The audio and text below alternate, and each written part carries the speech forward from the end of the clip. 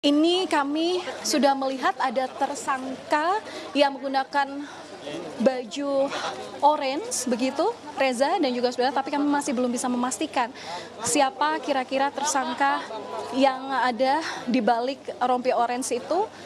atau baju orange maksud kami, karena kalau melihat dari konstruksi perkara ada dua tersangka dalam kasus ini ada Mario Dandi dan juga Shane Lucas. Tentu ini masih kami menunggu konfirmasi dari pihak-pihak terkait, dalam hal ini adalah tim penyidik dari Polda Metro Jaya. Tapi kalau melihat daripada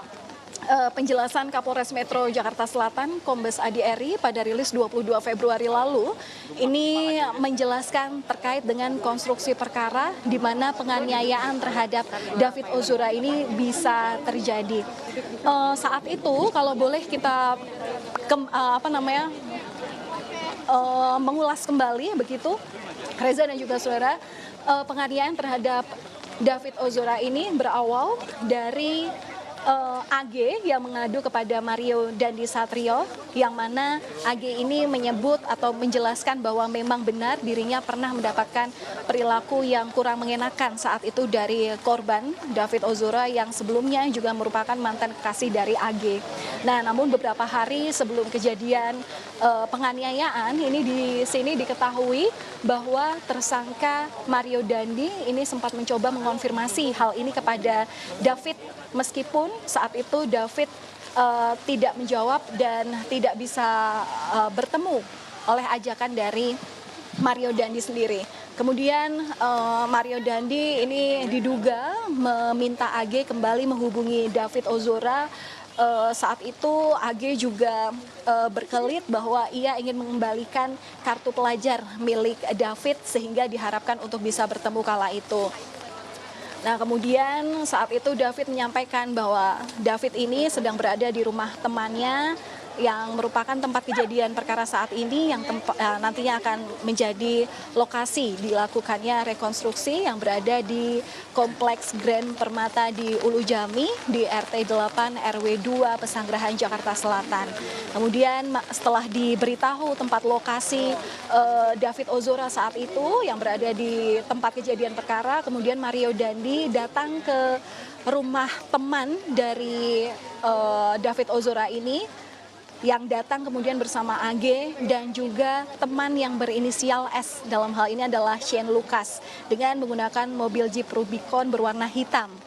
Nah, setibanya di depan rumah teman dari David ini, AG kemudian menghubungi David untuk kemudian meminta David keluar untuk menemuinya. Nah, setelah David ini keluar dari rumah temannya,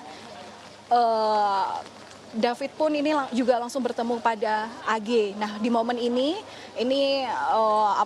Mario Dandi juga mencoba mengonfirmasi soal perbuatan yang tidak menyenangkan yang diadukan AG sebelumnya kepada Mario. Sempat terjadi perdebatan di situ antara Mario dan David sebelum akhirnya terjadi penganiayaan terhadap korban secara brutal, tepatnya di belakang mobil tersangka atau di belakang mobil yang diduga mobil jenis Rubicon ini yang juga disiapkan di lokasi, Reza dan juga saudara. Kemudian setelah penganiayaan terjadi, tentu ini butuh kami konfirmasi lagi lewat rekonstruksi yang nantinya akan digelar, berapa lama penganiayaan ini terjadi.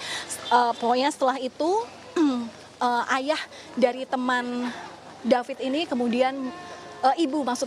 dari teman David ini mengetahui kejahatan yang saat itu yang dilakukan oleh Mario Dandi dari lantai 2 rumahnya, dan kemudian inilah yang menyetop kejadian atau kejahatan yang dilakukan oleh Mario Dandi terhadap David Ozora. Setelah menyetop kejadian penganiayaan brutal ini, kemudian orang tua berinisiatif untuk menelpon Polsek Pesanggerahan, di mana setelahnya itu kemudian berkoordinasi dengan security komplek begitu untuk mengamankan ketiga pelaku begitu ya, untuk tetap di lokasi sembari memanggil pihak rumah sakit yang saat itu seperti kita ketahui bahwa pengobatan pertama yang diterimakan oleh David Ozora ini berada di Rumah Sakit Permata Hijau Jakarta Selatan.